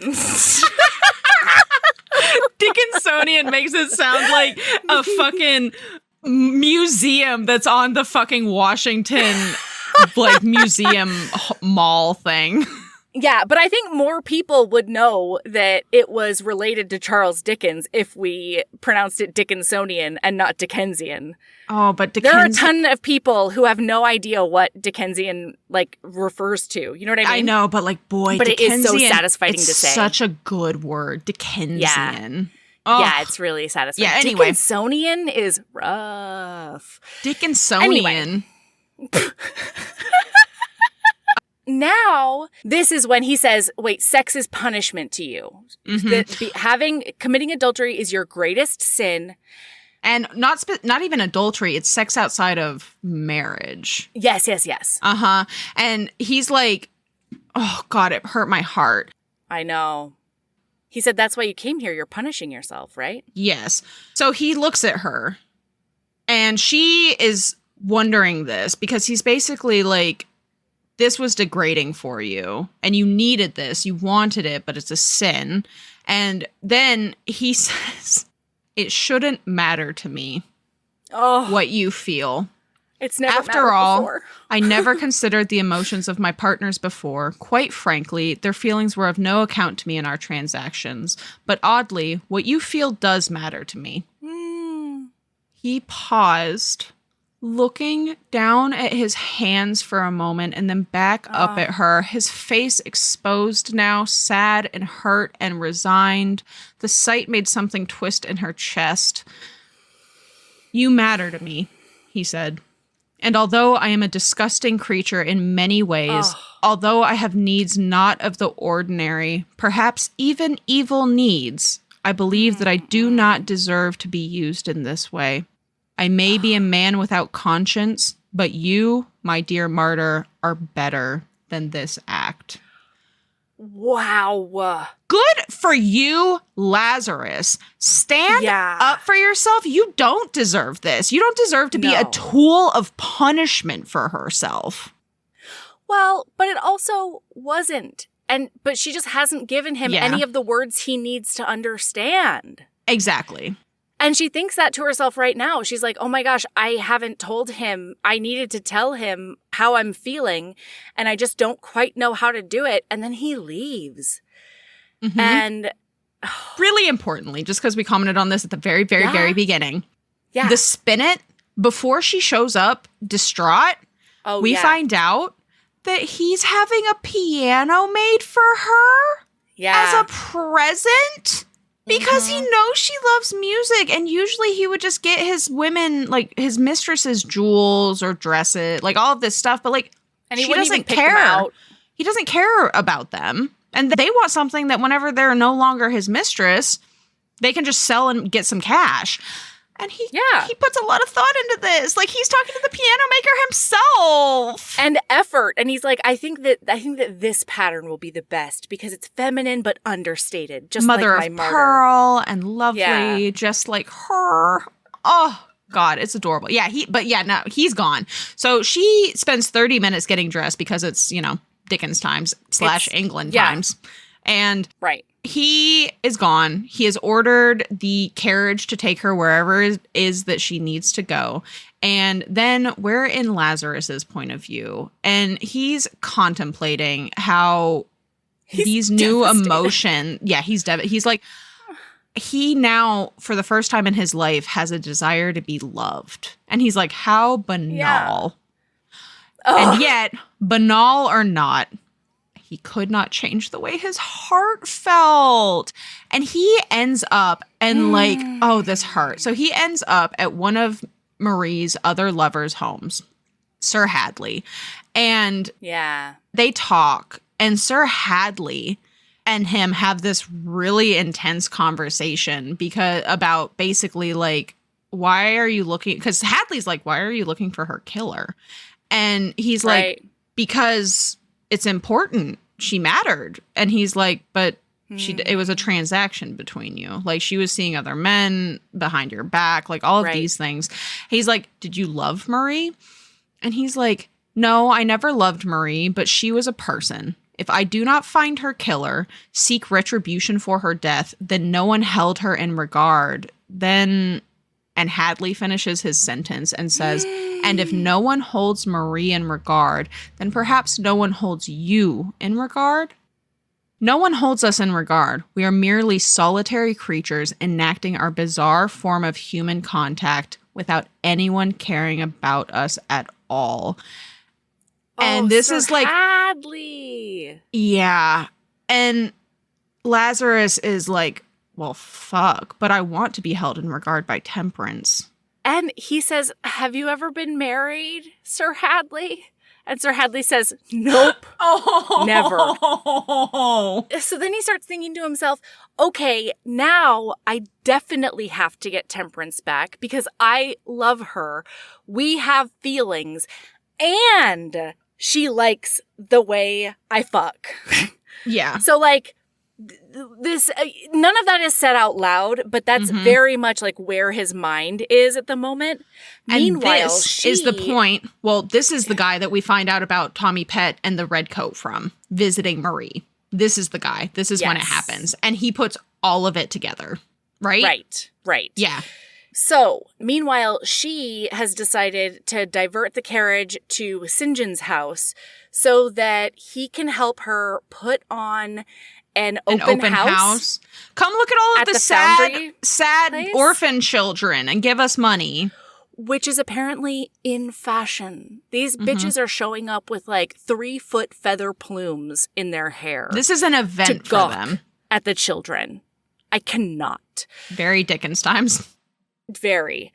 So they work together. It takes like a week to get all of this. And she's thinking to herself, like, I've obviously fucked it up beyond repair because I want to see him so badly. I want to hear what he thinks about this and get his ideas for how to make it better. But I know I can't approach him because he like left me alone in his house. He obviously doesn't want to see me. Meanwhile, he has been like doing more investigations or when whatever. He gets to the brothel, Tommy Pett has been slit nape to nethers. So Lazarus goes to the brothel on his own.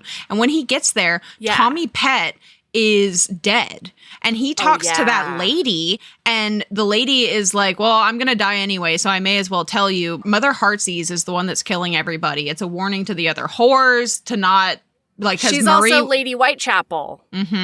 She's the one who owns that brothel. And Tommy, like a freaking ding dong, knew that it's Mother Heartsease that's doing all of this and that people were coming after her. And he tries to go and blackmail her. And then she kills him in that house. And so he does a little bit more running around. And while this is happening, in Temperance's point of view, everything's going fine. But apparently a woman came to the back door. Mary Whitson is missing because a woman came to the back door and was like, I need somebody to come help me get this child. And Mary knew everybody was busy and not paying attention to her. And so she decided to go on her own. And sweet 9-year-old Mary wants to contribute. So she goes off with this lady and they figure out that it is a trap for Temperance put on by Mrs. Heartsease or whatever. Yeah. So he shows up being like, she's coming after you because she's really upset that like you hold so much power in St. Giles and like you're saving kids instead of buying them from her. And so she's going to fuck you up and we think she's going to do it through Mary Whitlock. Yep. And so they go gallivanting to the gin shop, but Mother Heartsease isn't there, and it turns out she is headed back to the foundling home. So they run back to the foundling home, and as they get there, they realize it's on fire. And Mother Heartsease is standing on top of this burning building alone. And then the ghost of St. Giles appears, and he goes running into a neighboring house. He goes acrobating in there. And he goes up to get her, but they're like, we don't see Mary. Mary has to still be in the house. All of the other children are out except for Mary. So she's like, oh no, Mary. And then Lazarus runs into the building burning. What? Well, and it that was says, backwards. Yeah, the building burning. Yeah, no, but, and it specifically says that he looked and the look of devastation on her face when she realized that Mary was still in there is what prompted him to like risk his life and save this little girl. So he gets her and he like unties her and stuff and gets her and then he pushes her down the stairs because everything's about to go. And the cat! And poor Leah, she's holding on to a cat.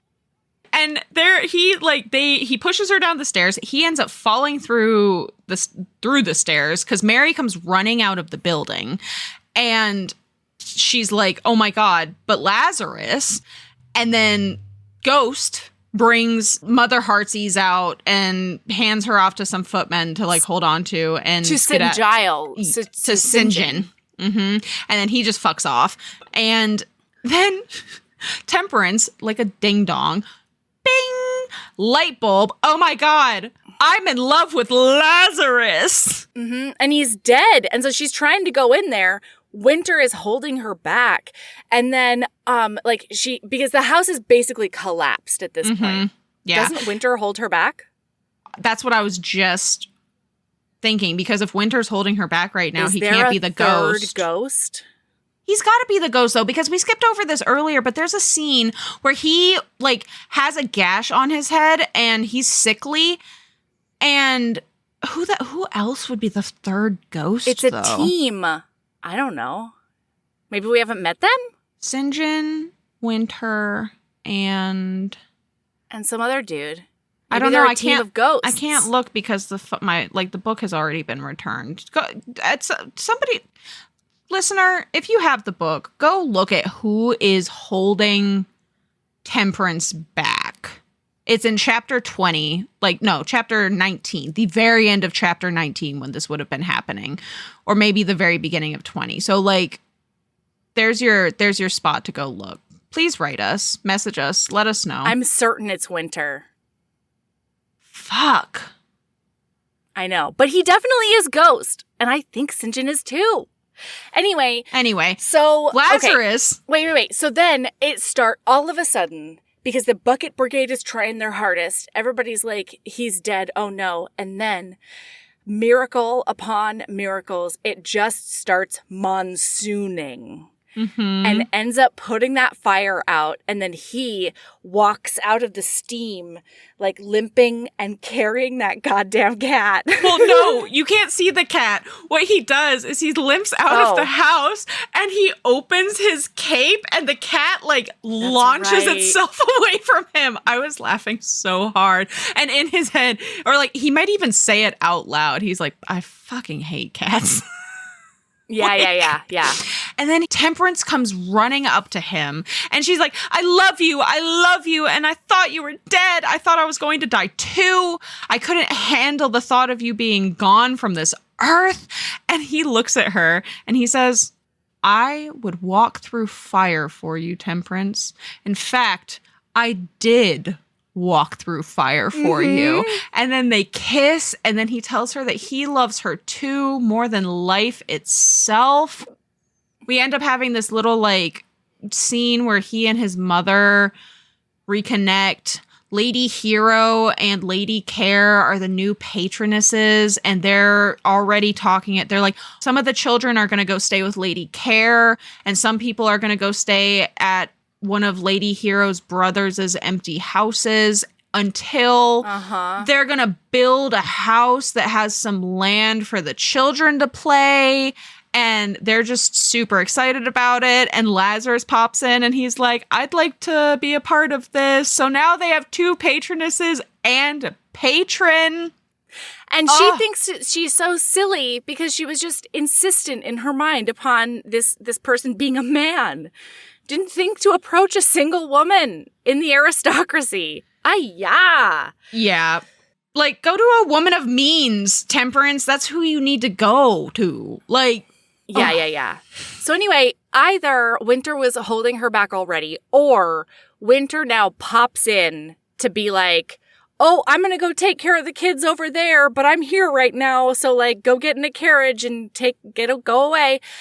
And then he proposes to her, and she's like, but we're not even, whoa! We're not of the same class. Whoa! Back the fuck up, madam.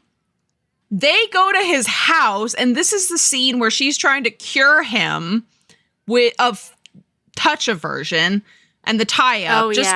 And all of these things, and she succeeds. And magically, her touch doesn't hurt him anymore. Take what you want out of that scene.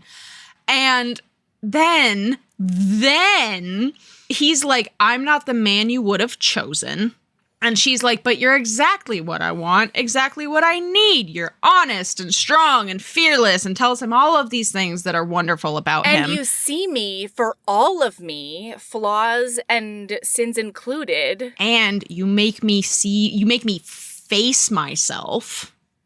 Yes. Importantly. And then he says, will you marry me? It is after this scene. And she does all the stuff. Yeah, she says, I couldn't possibly marry you because I'm not an aristocrat and all the business. I don't even have a dowry. I have just the clothes on my back. And he says, like, no, you've got the clothes on your back and you've got a really nice piano. It hasn't been delivered yet, but you got a nice piano. She's like, but you gave me that piano. He's like, but it's your piano. So? Like, yeah, that's enough of a dowry to marry me. And so they decide that they're going to be together forever. Amen. Will you marry me and save me from a life of loneliness and uncaring, he says. And she says, I will if you'll save me from a joyless life filled with only work and duty. Happily ever after. And then there's that epilogue, and the entire epilogue is that baby that apparently Mickey left on Silence's doorstep. Has to. Because Silence, her husband, goes out to sea in order to die for romance reasons. And I'm certain he dies. He dies at sea. He's got to die. There's no way he comes back. Yeah, he's gotta. And then, there's a pounding on her door, and she goes out there, and it is a tiny baby. And she picks up that baby, and it's got a locket on it, a silver locket, and inside is written darling. And so she names that poor, sweet baby Mary Darling. Instead of just coming up with a name. The most hilarious part is earlier in this book, Silence was bitching about the fact that all of the foundling children were named Joseph or Mary, and then she does it. Yeah. Anyway, and because she's all ruined, Winter is like, you should come help with this foundling house, since you got nothing else going for you now that you're ruined. And so she's going to end up that foundling house now that Temperance is going to be, spending time at sex clubs and stuff, Yeah. Yep. All right. So, wow, what a book. What a Dickens Times book. Boy. Wow. Yeah, the birth of Dickens Times. I like that. It's accurate. I can think of a lot of different books that I've read that's of Dickens Times. Yeah, and they're just a drag. They're still good, but fuck, dude. Dickens Times is rough. Mm-hmm. And it must have been awful to live in. In reality. How? Oh my God. I literally, the other morning, I was literally laying in my bed when I woke up, just staring at the ceiling. And we're out of a heat wave, right? But I keep my house cold enough at night that I can sleep under all of the blankies that I like to be sleeping under. Because I like the weight and the cozy and the cold face, but the warm body. And I was just laying in bed, comfortable with the fan going, staring at the ceiling. And I thought to myself, I am so glad I live in a time with air conditioning. I mean, seriously. If nothing else. Just things like that. And books like this, really any historical that's not set in aristocracy. You know what I mean? A lot of the historicals where this is a legitimately impoverished heroine. And some parts of it are really intense and graphically described. Yeah. What life is like in St. Giles. And I just am so grateful. And that's not to say that we don't have horrific bullshit and genocide and all the shitty, awful things that are currently happening in our hellscape. Mm-hmm. But Dickens Times is a very specific brand. Yeah. Anyway. Okay. All right, Melody. What's your lady love? My lady love is microfiber gloves. Oh? Yeah. Microfiber gloves. So I have a lot of houseplants. I don't know if you know that. I have a lot of them. And I love them. And I name all of them. And it's a fun time over here. They all have names? Yeah. Yeah, you're looking at Bowser over there. She's the Monstera. I named my girl Monstera Bowser. That was fun. Love you. Anyway, so yesterday, it was like my, every once in a while I'll do like a fertilize water and I'll clean off the leaves so that they're not dusty. They can photosynthesize better. It's all the things. But for a really long time, I was like using a paper towel, and then I'd have to I'd hold it with my one hand and wipe with the other. And then inevitably the dust would get everywhere somehow. And then, I felt bad for using so many paper towels when I shouldn't do that for shit like this and whatever. Yeah. So then I found microfiber gloves, and it makes everything so much easier because I just put on these gloves and then I can just pet my plants. I just pet them and I rub on them and I get them wet and I do all this stuff and I can get all the dust off with just the gloves. And it's the best. And then I wash the gloves and then I reuse them again. It's great. It also means that you just get to pet your plants. There we go. Yeah, I get to give them a little massage, So, massage your plants with microfiber gloves. That's your lady love. You need please spell it in the show notes as massage. Massage. All right, Sabrina, what is your lady love? Oh my God. It took me a second to think of it because a lot of things are good right now. So I have a lot of lady loves and I just couldn't decide. And I did decide that my lady love. You gotta start writing these down for the hard times. I know. I really need you to write them down.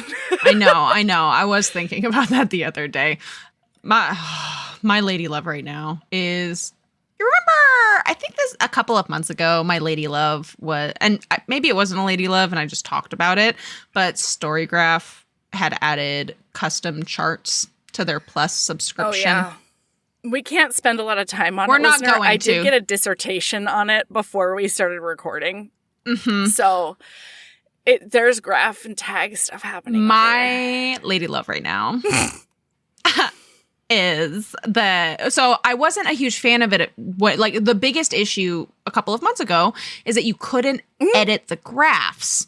And I add tags all the time, right? I have 1,500 tags. Guess what, listener? You can edit the tag. You can edit your graphs now. Oh, no. I'm so sorry. You forgot a step in between. Storygraph listened specifically to Sabrina's request email, asking them to put the edit feature on there. Did I email them? Yes, we had a whole talk about it on the podcast. You emailed them to ask to edit the graphs, and so you manifested this. I didn't remember that I emailed them. That's a very Sabrina thing to do. Yeah. Mm-hmm. Mm-hmm. Yeah. So I can edit the graphs. And now all her dreams came true. It's amazing. And even better, just one little thing that's even better.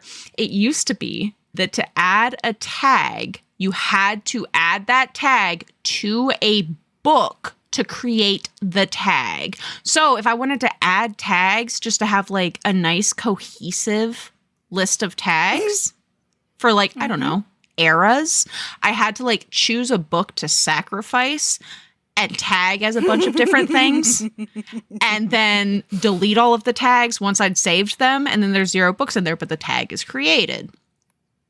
Oh. Listener, you can create the tag directly from where you make the charts. And it's the best thing that's ever happened to me. So my lady love is graphs and charts on Storygraph. And I'm so giddy about it. Storygraph Premium, free advertising. Storygraph Plus. Storygraph. Storygraph Plus. It's only $4.99 a month, $49.99 a year if you do the yearly subscription. And it's anyway. That's the stuff. All right. Keep being a badass and love yourself as much as you love having a name. Well, no, I'm not going to say that. I don't know if we have a listener with the last name Tin Box. Bah! Keep being a badass and love yourself as much as you love just saving urchins off those streets, you know, I guess. Love yourself as much as you love gallivanting around as a vigilante in a harlequin costume and a big red feather plume. Especially if you're a team, like it's got to be a team. It's got to be a team. You're right. It's got to be. It's got to be. Because they definitely are. And so either they don't know each other and they all happen to go to the same Halloween store, or they're a team. And in Dickens Times, it's got to be a team. Got to be a team. Bye! Bye!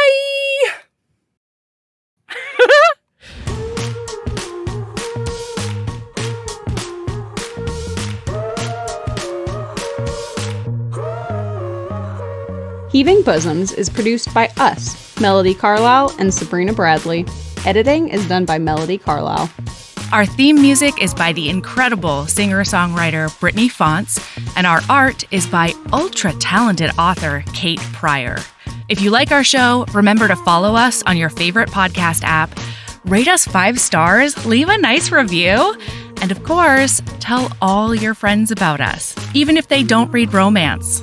If you want to get in touch, you can email us at heavingbosomspodcast@gmail.com. If you want more of us, visit patreon.com/heavingbosomspodcast. You can also find us on Instagram @heavingbosoms, on TikTok @heaving_bosoms, and in our Facebook group, the Heaving Bosoms Geriatric Friendship Cult.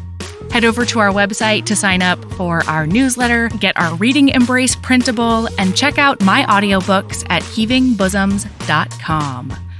All right, we'll be back next week with more Swoons and Snark. See you then.